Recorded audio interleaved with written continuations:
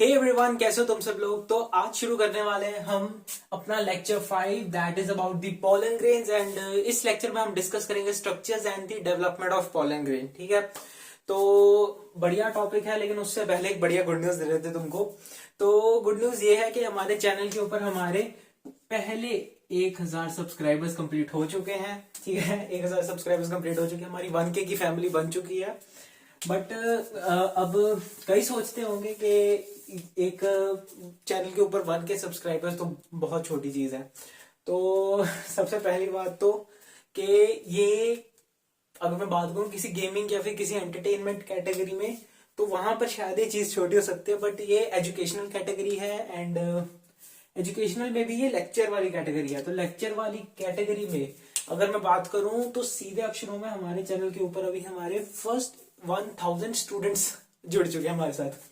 तो बढ़िया चीज है, कीप सपोर्टिंग। एंड ऐसे मैं तुम्हारे लिए लेक्चर्स बनाता रहूंगा, मैं तुम्हारा सिलेक्शन करवाता रहूंगा, तुम आगे सब्सक्राइब करते रहो। ठीक है, चलो तो आज ये हम पढ़ेंगे पोलन ग्रेन्स के बारे में। सबसे पहली चीज आपको मैंने बता दी है कि स्ट्रक्चर है, एंड स्ट्रक्चर के साथ हम डेवलपमेंट पढ़ेंगे। तो अगर इन दोनों टॉपिक्स के अलावा आप पोलन ग्रेन से रिलेटेड और कुछ जानकारी लेने आए हैं तो वो आपको मेरे पिछले लेक्चर में मिल जाएगी। ठीक है, उसमें मैंने जनरल उसके बारे में, पोलन ग्रेन के बारे में सब कुछ बता दिया है। आज थोड़ा एडवांस लेवल पे पढ़ेंगे। ठीक है, चलो जो जो आपकी एनसीईआरटी में लिखा है आज आपको हम घोल के पिला देंगे। चलो, पोलन ग्रेन क्या होता है, साइज क्या है, शेप क्या है, पिछले लेक्चर में बता दिया था। आज हम डिस्कस करेंगे इसका स्ट्रक्चर।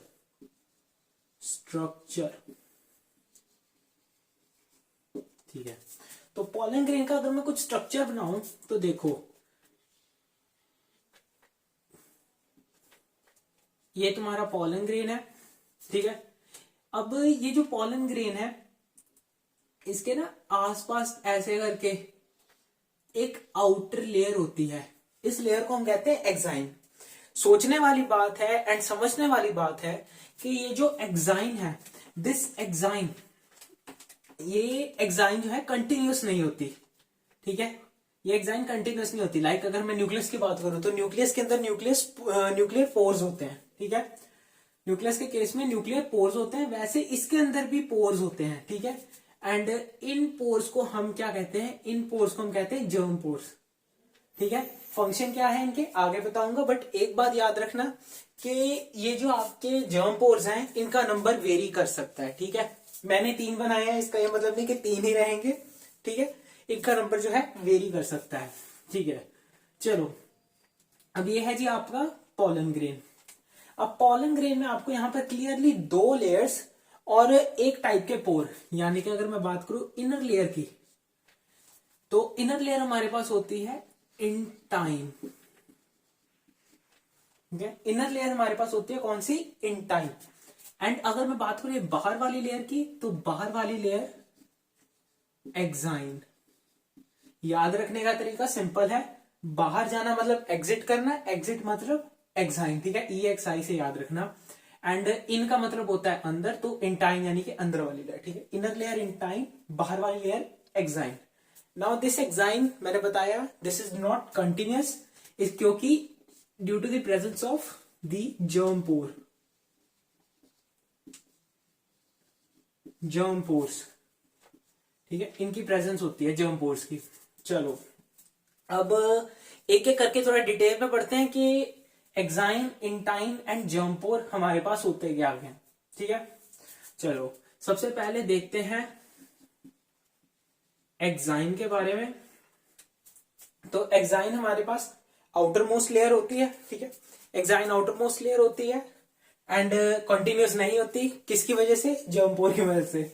मैं तुमको ये बात एक बार याद करवाता ही रहूंगा। ठीक है, ताकि तुमको लेक्चर में ही ये चीज याद हो जाए। ठीक है, तो इस चीज को मेंशन तुम अपने नोट्स में कर लो कि कंटिन्यूअस नहीं है because due to the presence of germ pore. ठीक है, आउटर मोस्ट है, आउटर मोस्ट। ठीक है, सेकेंड पॉइंट इसका क्या बनता है हमारे पास, नॉट कंटिन्यूअस। रीजन तुमको पता है, नॉट कंटिन्यूअस। नॉट कंटिन्यूअस है एंड इसके बाद हमारे पास अब बात आती है कि जी एग्जाइन जो है ये बनी किस चीज से है, ठीक है। एग्जाइन बनी होती है, एक हमारे पास चीज होती है दैट इज दी स्पोरोपोलिनिन। ये एक ऑर्गेनिक मटेरियल है, आपको समझाते हैं। स्पोरोपोलिनिन, स्पेलिंग भी इसके याद रखने को मुश्किल नहीं है। देखो स्पोरो लिख के फिर पोलिन फिर इन, ठीक है, स्पोरोपोलिनिन, ठीक है। चलो इसके स्पेलिंग में बच्चे गड़बड़ करते हैं मस्त वाली ठीक है। तो ये स्पोरोपोलिनिन से बने होते हैं, ठीक है, क्लियर है। स्पोरोपोलिनिन, अब अगर हम इसको थोड़ा सा आगे डिटेल में देखें तो स्पोरोपोलिनिन असल में है क्या। स्पोरोपोलिनिन हमारे पास क्या होता है, मोस्ट रेजिस्टेंट ऑर्गेनिक कंपाउंड।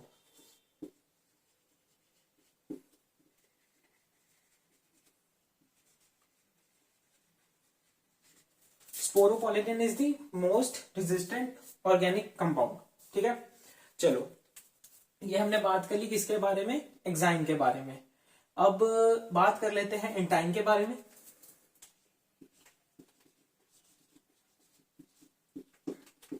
ठीक है, होप ये आपको विजिबल है, लेट मी चेक, यस ठीक है विजिबल है। चलो थोड़ा सा नीचे करके लिख लेते हैं, कंफ्यूजन ये होगी। इंटाइन, ठीक है। अब ध्यान से देखो कि इंटाइन क्या है, अंदर वाली लेयर। तो इसके जो पॉइंट्स हैं ये सभी पॉइंट्स घूम जाएंगे, ठीक है, सभी पॉइंट्स घूम जाएंगे। आउटर मोस्ट है तो इंटाइन के लिए क्या आ जाएगा, इनर मोस्ट, ठीक है। इंटाइन इनर मोस्ट लेयर होती है, ठीक है जी। अब सेकेंड बात हम क्या करते हैं, ये क्या थी, नॉन कॉन्टिन्यूस थी, ठीक है, this is not continuous, but यहां पर क्या होगा, ये कंटिन्यूस होगी।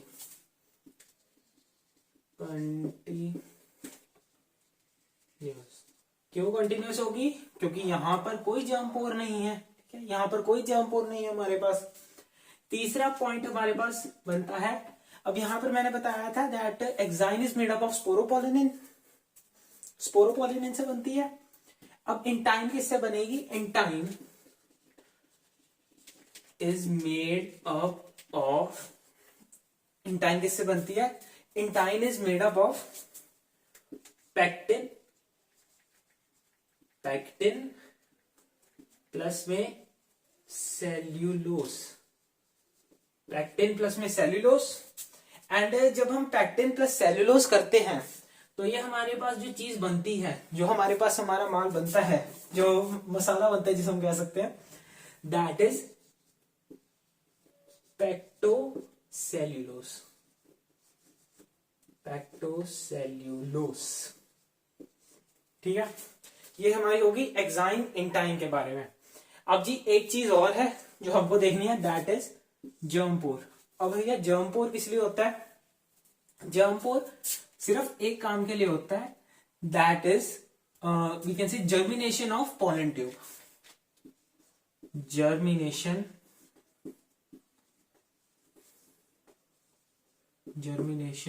Of pollen tube. अब ध्यान से समझना मैं क्या कहना चाह रहा हूं। देखो ये हमारे पास है, हमारा ये स्टिग्मा है, ठीक है, ये ऊपर वाला स्टिग्मा है, ये कुछ कुत्ते की हड्डी ऐसा लग रहा है चलो मजाक से हटके, ये हमारे पास है क्या, हमारा स्टिग्मा, स्टिग्मा, ठीक है। इस स्टिग्मा के ऊपर क्या आके गिरा, पॉलन आके गिरा, ठीक है। अब इस पॉलन के अंदर कोई तो ऐसी चीज होगी जिससे कि हमारी पॉलन ट्यूब निकलेगी। तो ये जो जर्म पोर आपको दिख रहे हैं ये वाले, तो इन जर्म पोर से क्या होगा, इन जर्म पोर से फर्दर जो हमारी पॉलन ट्यूब है वो डेवलप होगी, ठीक है। इनसे हमारी फर्दर जो पॉलन ट्यूब है वो डेवलप होगी, एंड यही इनका फंक्शन है, पेपर में आएगा। एक और बात मैं बताना भूल गया, ये जो स्पोरोपोलिनिन वाला मैंने आपको कंसेप्ट बताया ना, स्पोरोपोलिनिन क्या है, ये चीज याद रख लेना क्योंकि ये सीयूईटी में एंड बोर्ड एग्जाम्स में ये काफी बार पूछा गया, ठीक है। बोर्ड एग्जाम्स में काफी बार पूछा गया कि एक्साइन लेयर किससे बनती है, ठीक है, पॉलन की एक्साइन लेयर किससे बनती है, तो आपको ये मटेरियल्स याद रखने पड़ेंगे, दैट आर स्पोरोपोलिन एंड पेक्टोसेल्यूलोज, ठीक है।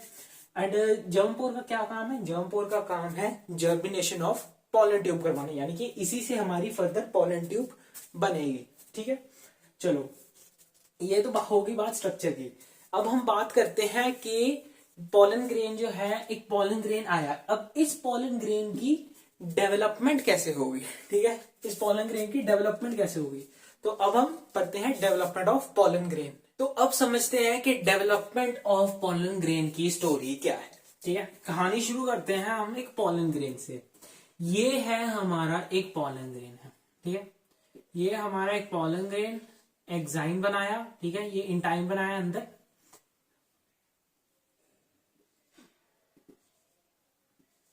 चलो ये अपना पॉलन हो गया, ठीक है, ये पॉलन हो गया। अब प्रोसेस की स्टार्टिंग कहां से होती है, इस डेवलपमेंट के प्रोसेस की, डेवलपमेंट के प्रोसेस की स्टार्टिंग होती है हमारे पास AMT यानी कि एसिमेट्रिकल माइटोटिक डिवीजन। सीधे अक्षरों में बोलूं तो ये माइटोसिस है, ठीक है, ये माइटोसिस है। बट तुमको जब पेपर तुम अटेम्प्ट करोगे तो माइटोसिस तुम अकेले नहीं लिखोगे, पूरा लिखना एसिमेट्रिकल माइटोटिक डिवीजन, ठीक है। तो जब इसकी माइटोसिस यानी कि सीधे अक्षरों में एसिमेट्रिकल माइटोटिक डिवीजन होगी तो हमारे पास इसके रिजल्ट में क्या बनता है, इसके रिजल्ट में हमारे पास जी बनता है, एक थोड़ा सा बड़ा बना देते हैं, चलो इसको, हाँ चलो थोड़ा सा बड़ा बना देना, फिर वो इशू नहीं आता उसका, ठीक है। तो ये हमारा जो है, अब इस पॉलन के अंदर हमारे पास एनसीईआरटी मेंशन करती है कि जब इसमें माइटोसिस होगी तो पॉलन के अंदर हमको क्या देखने को मिलेगा, the pollen will contain a vegetative cell, ये बड़ा वाला जो तुमको सेल दिख रहा है ये वेजिटेटिव सेल है, ठीक है, दिस इज वेजिटेटिव सेल, ये वेजिटेटिव सेल है। एंड इस यहां पर लाइट पड़ रही होगी आई थिंक, हम छोटा करके लिख देते हैं VC, ठीक है। यहां पर ये जो बड़ा वाला सेल है ये है आपका वेजिटेटिव सेल, ठीक है। अब ये जो वेजिटेटिव सेल है, इस वेजिटेटिव सेल के जो साइटोप्लाज्म है, ये जो इसका साइटोप्लाज्म है, इसके अंदर एक स्पिंडल शेप का सेल जो है वो फ्लोट कर रहा है, ठीक है। अब इस सेल को हमारी एनसीईआरटी क्या नाम देती है, इस सेल को नाम देती है जनरेटिव सेल। एक सेकंड में, यहाँ पर लाइट आ रही है, हाँ ठीक है, कुछ यहाँ इस एरिया में आ रही है, ये यहाँ नहीं आ रही, ठीक है। चलो ये जो है आपका जनरेटिव सेल जो आपके मेन वेजिटेटिव सेल के साइटोप्लाज्म में फ्लोट कर रहा है, ठीक है, इतनी बात क्लियर है। अब ये हमारे पास नेक्स्ट जो हमारा प्रोसेस होगा, नेक्स्ट प्रोसेस हमारा होगा माइटोसिस का ही, ठीक है, माइटोसिस में ही होगा क्या कि अब हमारे पास यह फर्स्ट माइटोसिस हमारी यहां पर होगी थी, यहां पर मैं मार्क भी कर देता हूं कि फर्स्ट माइटोसिस है जी। अब हमारे पास सेकेंड माइटोसिस होगी, सेकेंड माइटोसिस, और सेकेंड माइटोसिस इस पूरे स्ट्रक्चर में नहीं होगी, ठीक है, कंप्लीट इस पूरे स्ट्रक्चर में नहीं होगी, जहां गए पूरे स्ट्रक्चर में क्यों नहीं होगी, क्योंकि ये जो सेकेंड माइटोसिस है ये सिर्फ हमारे पास जेनरेटिव सेल में होगी, ठीक है, ये सिर्फ हमारे पास जेनरेटिव सेल में होगी, यानी कि अब हमारा सिर्फ जेनरेटिव सेल ही आगे कुछ बनाएगा, ठीक है, vegetative cell as it is रहेगा, ठीक है। तो अब हम लिखते हैं कि second mitosis will take place in generative cell, generative cell में सेकेंड माइटोसिस हमारी होगी। एंड हमारी सेकेंड माइटोसिस का रिजल्ट क्या बनेगा, बनाते हैं, देखो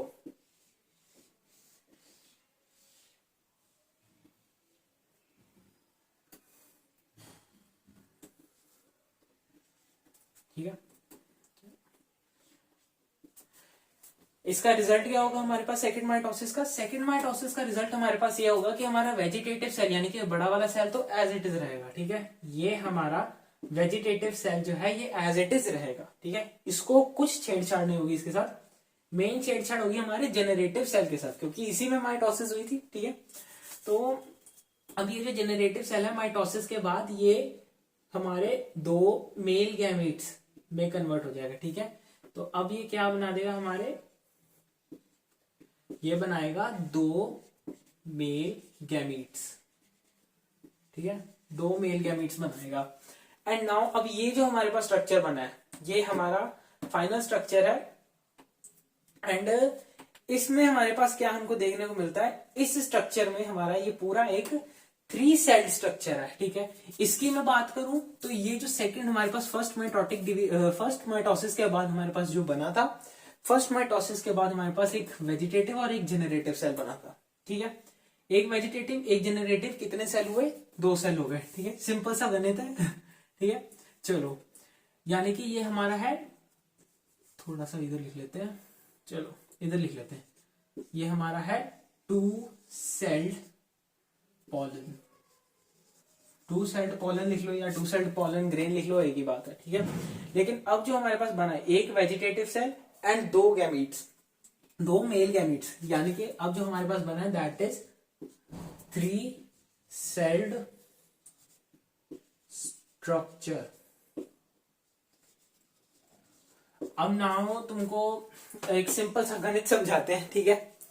एक सिंपल सा गणित तुमको पता होगा कि अब हमारे जब मैंने तुमको पिछले लेक्चर्स में ऑलरेडी ये चीज पढ़ा चुका हूं, ठीक है, कि माइक्रोस्पोर से जब पॉलन बनते हैं, ठीक है, तो 4 माइक्रोस्पोर जो है वो डिफरेंशिएट होते हैं, पॉलन बनते हैं। यानी कि अगर मैं बोलूं, यहां पर मैं बोल रहा हूं कि एक पॉलन के अंदर 1 पॉलन इक्वल्स टू कितने मेल गैमीट्स, 2 मेल गैमीट्स। तो अब मैंने कितने पॉलन बताए थे, 4 बनेंगे ना पॉलन, पिछले लेक्चर्स में बताया है, जाकर देखो, देखे हैं तो वेल एंड गुड। चलो 4 पॉलन जब मैं रखता हूं साथ में, अब 4 पॉलन में कितने मेल गैमीट्स बनेंगे, सोचो सोचो सोचो। अबे सिंपल सा मल्टीप्लीकेशन है, 4 इंटू 2 कर लो, तो 8 मेल गैमीट्स बनेंगे, 8 मेल गैमीट्स बनेंगे, ठीक है। तो यहां पर हमने अपना डेवलपमेंट वाला टॉपिक भी खत्म कर लिया है, ठीक है।